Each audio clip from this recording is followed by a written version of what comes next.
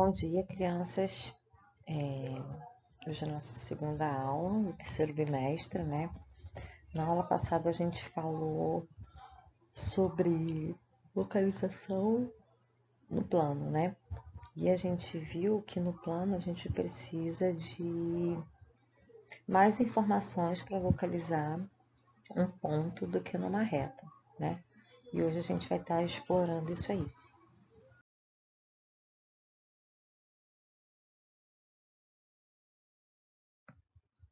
Aqui está um resumo, né, do que a gente falou. Localizar um ponto numa reta numérica é bem simples, né? A gente conhece a reta, vem lá do menos infinito, aí chega no zero e vai até o mais infinito. Só que em algumas atividades, para a gente localizar um ponto, a gente precisa de coordenadas.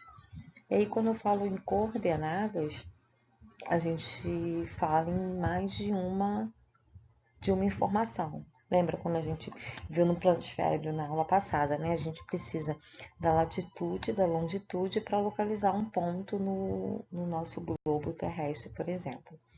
Vamos ver como é que isso funciona num plano cartesiano, tá? Esse desenho aqui é bem simples, olha só. A gente tem um eixo horizontal e a gente tem um eixo vertical. E aí a gente tem três insetos, né? Eu tenho a aranha, eu tenho a mosca e eu tenho a joaninha. E aí, quando eu peço a localização para vocês de algum desses insetos, por exemplo, se eu pedir a localização da aranha, né? Onde a aranha se encontra nesse plano? Né?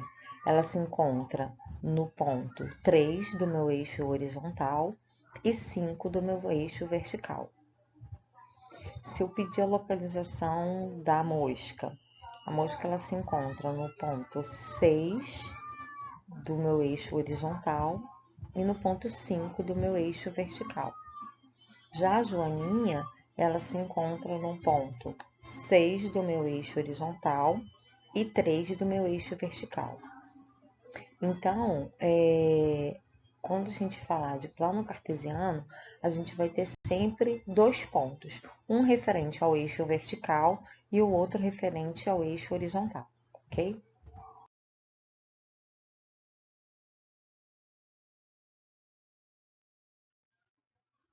Bom, e aí, matematicamente falando, a gente não vai usar eixo horizontal e eixo vertical, né?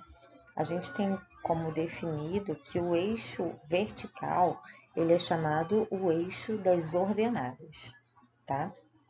E o eixo horizontal, ele é chamado de eixo das abscissas.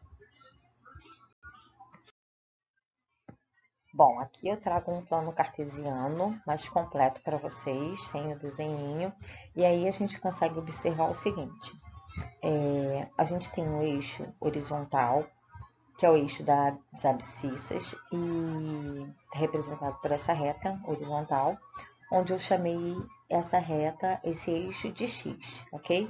Então, o meu eixo das abscissas, ele é conhecido como o eixo x, que é o eixo horizontal.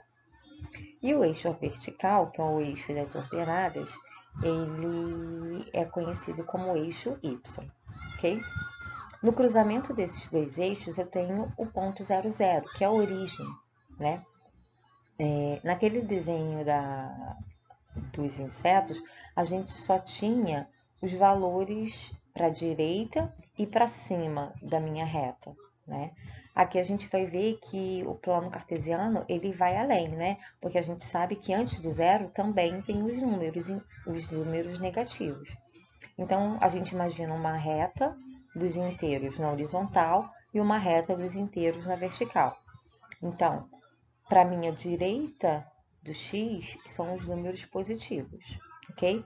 A minha esquerda do ponto zero, né? São os meus números negativos. E a mesma coisa no eixo y. Para cima são os meus números positivos e abaixo são os números negativos. Então, observa só alguns pontos aí no plano. Né? O plano A, ele tem as coordenadas do meu horizontal, o meu x, menos 6, e o meu Y4. Lembra sempre que eu falei para vocês, sempre primeiro vem o meu eixo horizontal, que é a minha coordenada no eixo X, ok? O meu ponto C, no X ele marca o 2 e no Y ele marca o -3. E assim, com os outros pontos, segue a mesma coisa. Bom, tem uma lista de exercício, né, para vocês poderem estar fazendo.